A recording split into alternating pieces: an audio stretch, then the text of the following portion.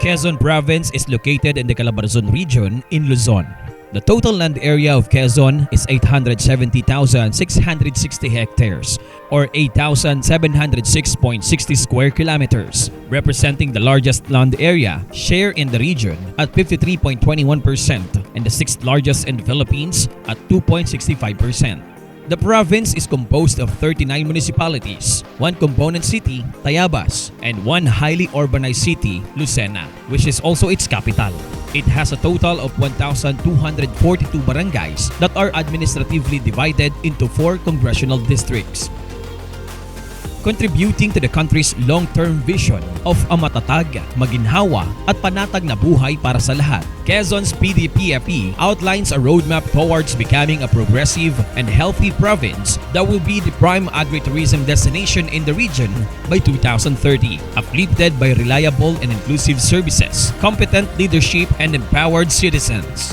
Quezon Province shall maximize its full potentials to be a prime agritourism destination in the region through a sustainable, investment-friendly environment, optimized utilization of resources, provision of infrastructures and support services, and harmonization of policies and programs.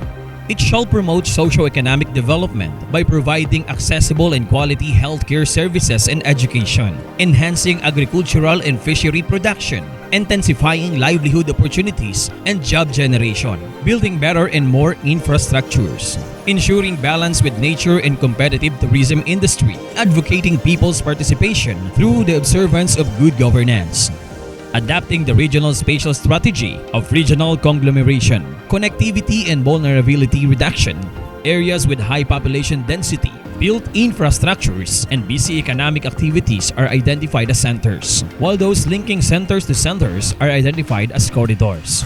These are primarily transportation arteries that serve as transit stations or interchange. On the other hand, the tract of lands between corridors with less dense population and limited supporting facilities are identified as wedges. This includes green corridor, protection and production areas.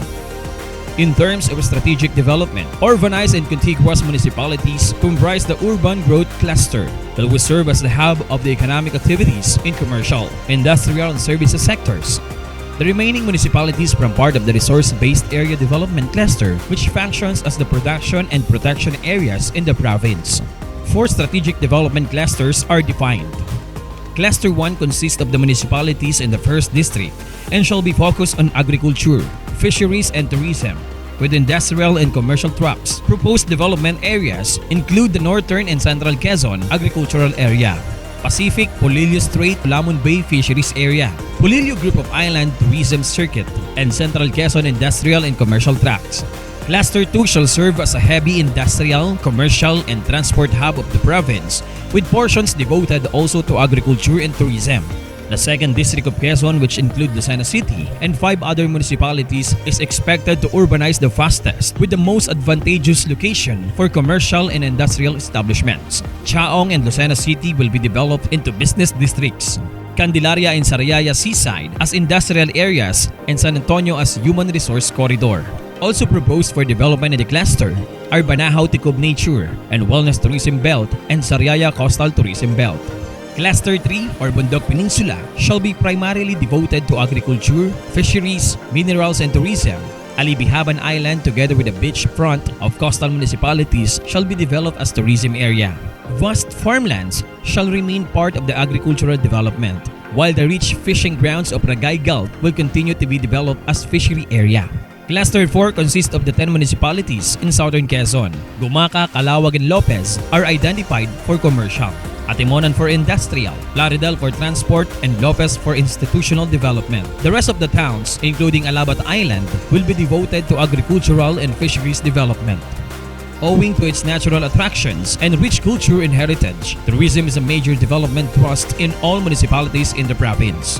Quezon is the least populous province in Calabarzon, with a plain share of 15.46% or a total of 2,229,383, including Lucena City in 2020. Relatively, Quezon also has the smallest population density in the region at 253 persons per square kilometer, attributed to factors of modest population size and large land area.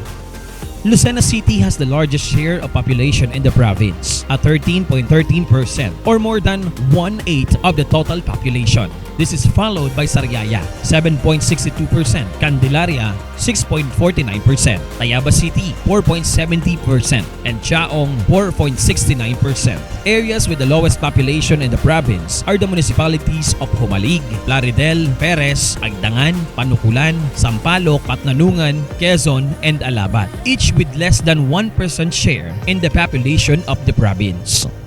Health and education remain a concern in the province. Thus, programs and projects geared towards providing accessible quality healthcare services and improve overall health conditions of the populace shall be prioritized, as well as those that will improve performance in learning areas.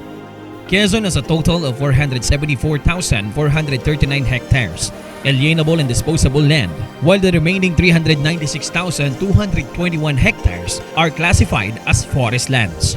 The province is generally agricultural, where coconut plantations occupy a large swath of the A&D lands, followed by rice fields. The province has a total coastline length of 1,066.36 kilometers. It faces three major marine water bodies: Lamon Bay in the north, Tayabas Bay in the south, and Ragay Gulf in the east. These are all considered teeming fishing grounds in the southern Tagalog region.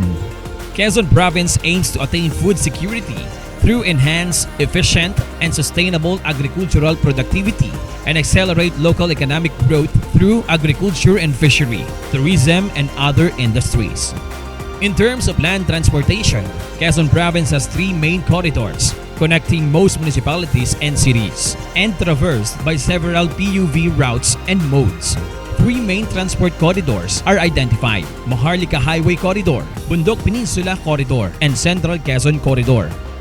Quezon Province shall improve access to and within Quezon Province through various infrastructure projects resulting to economic growth. The present critical condition of our country is not only of socio-economic uncertainty but can also be attributed to environmental problems. Environmental concern ranges from unwise use of land, forest depletion and degradation, improper disposal of household and industrial waste, and physical decay of some infrastructure's amenities, which contributed mainly to the problem of global warming and climate change. Quezon's topography is characterized by rugged terrain with few plains, valleys, and swamps. The Sierra Madre mountain range runs along the entire length of the province, with Mount Banahaw as its most prominent peak. The undulating lowlands along the coast are well drained. The province is very narrow, averaging about 30 kilometers by its width. Classified forest lands includes timberland reservations, forest reservations, protected areas, civil reservations, and fish ponds. Additionally, coastal and marine ecosystems such as coral reefs, seagrass beds, and mangroves showcase a rich biodiversity. With this, Quezon Province shall ensure a well-balanced ecosystem in the province through a proactive environmental governance. Also, we shall reduce exposure and vulnerability of communities to climate change and disaster risks and hazards. In terms of governance, provision of inclusive, gender-responsive social services shall be ensured. We shall continue to foster a safe, peaceful, and orderly province that is conducive to work, to live, to invest, and to do business. The fiscal management and efficiency of the provincial government of Quezon operations shall be enhanced. The development scenario and the PDPFP shall be a guide for the 39 municipalities and 2 cities in identifying programs and projects for implementation. It ensures a common thrust of objectives of development that includes promotion of basic economic security by reducing poverty and raising living standards. Best is yet to come. Mga kaprobinsya, malayo pa tayo. Pero malayo na tayo.